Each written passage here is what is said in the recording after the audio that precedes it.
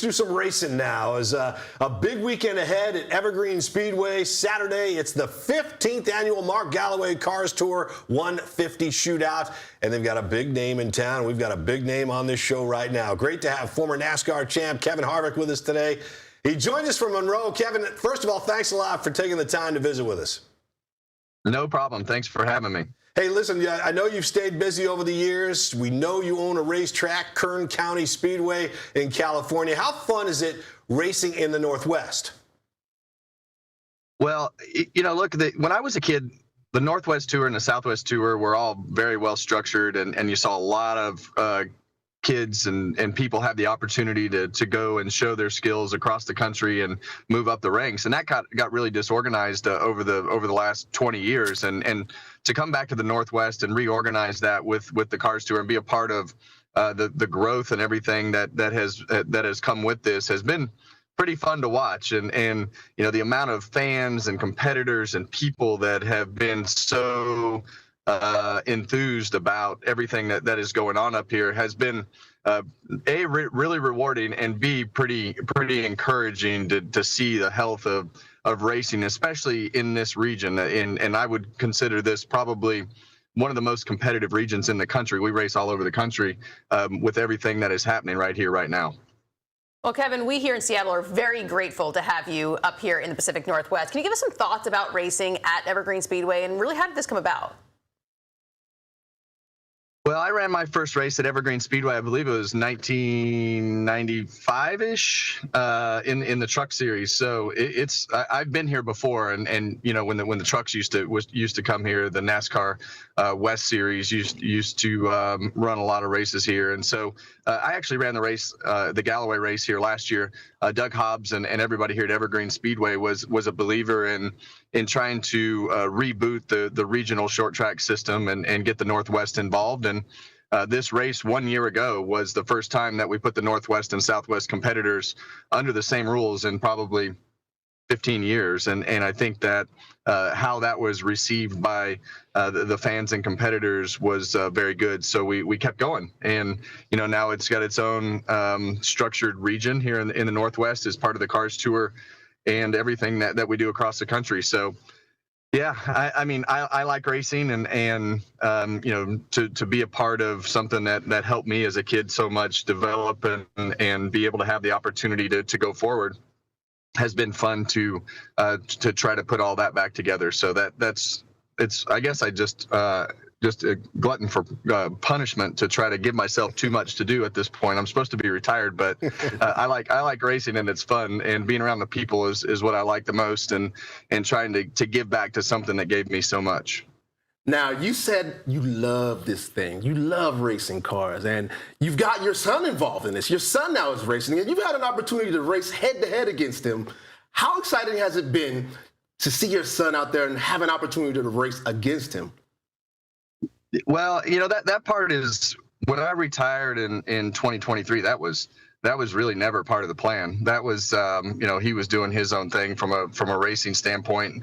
And that evolved into, hey, if you ran this race, it'd be pretty cool to see you and Keelan race against each other. So we did that for the first time last May at Kern County Raceway in Bakersfield, and we were able to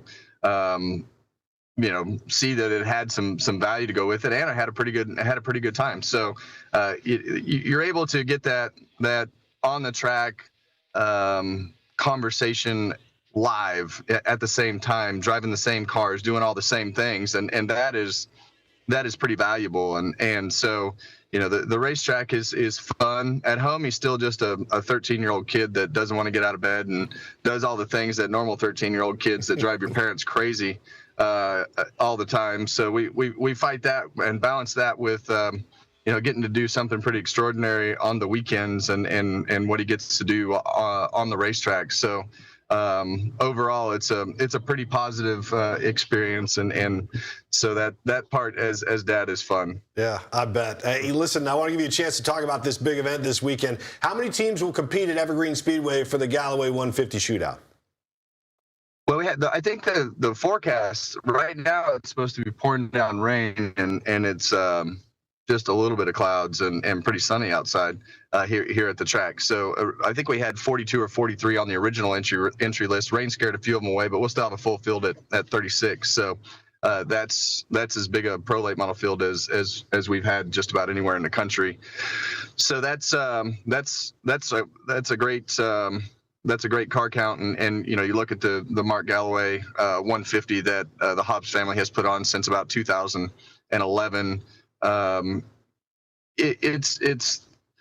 It's something that has become kind of a tradition. It's found a good home here at the end of June as far as the date, and the competitors have really embraced it. They love racing on the 5/8 mile here at Evergreen, the big track at the raceway here, and that is when the competitors like to run on a racetrack, and this racetrack has got a lot of character. It's old. The track is worn out, and it just produces multiple lanes, which creates great racing for the fans to be able to watch. So we're happy to be a part of it, and Doug Hobbs and his whole group and everything that they've believed in us doing from a series standpoint has all happened, and here we are a year later with the second annual event and being part of this event again. All right, Kevin, quickly before we let you go, we're ranking the top 5 racing movies of all time in our next segment. Do you have your favorite? No pressure. I'm going to throw you for probably a real loop right here. My favorite is probably Six Pack with Kenny Rogers from way back when. You probably don't even know which one that is, because that one's off the radar. I can't even find it on Prime or Netflix. I can't find it anywhere anymore. It's like it just disappeared. Like it's extinct from time. It's like the Bernstein Bears. What do they call that thing? The Mandela effect. Did it really happen, or did we jump universes? What about? Yeah, exactly. Hey, Kevin, what about some of the Talladega Nights, the Days of Thunder? I mean, are any of those racing movies, like when you watch it as a former NASCAR champ, is there one movie out there that's realistic to you? I mean, Days of Thunder was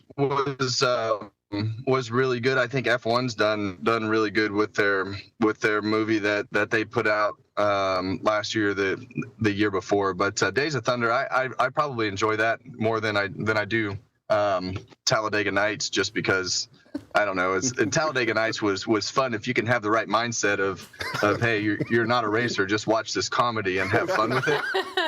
So it's sometimes it's hard to do that from a competitor standpoint, but it is a good movie too. It still did a lot for our sport too. But if I had to pick between the two, I'd probably pick Days of Thunder. Yeah. Kevin, if you're not first, you're last. You know that, right? Yeah. Trust me, I bought the house, so I live in that house.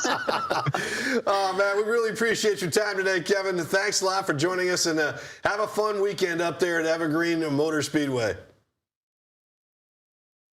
All right, guys. Thanks for having me. Have a good day.